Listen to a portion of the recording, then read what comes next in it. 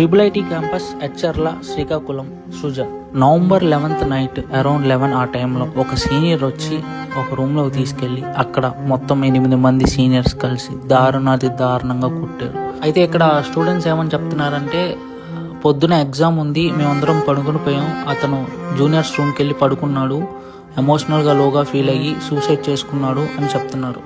అయితే ఇంకో పక్క పేరెంట్స్ అండ్ కొంతమంది స్టూడెంట్స్ ఏమని చెప్తున్నారంటే, అతను సూసైడ్ చేసుకోలేదు, వాళ్ళు కొట్టడం వల్లే చనిపోయారు అని చెప్తున్నారు. అయితే పోలీసులు ఏం చెప్తున్నారంటే, ఆ 8 మంది ఇంతకుముందు ఇలాంటి ర్యాగింగ్ కైండ్ ఆఫ్ సిచ్యువేషన్స్ని 2-3 సార్లు చేసి సస్పెండ్ అయ్యారంట. అయితే ఇక్కడ మేనేజ్మెంట్ ఏం చేస్తుంది, 2-3 సార్లు ఆల్రెడీ అలాంటివి చేసినప్పుడు యాక్షన్ తీసుకోవాలి కదా. అయితే చనిపోయిన అబ్బాయి సుజన్ చాలా మంచివాడు అని చెప్పి కాలేజ్ మొత్తం స్టాండ్ తీసుకుంటుంది.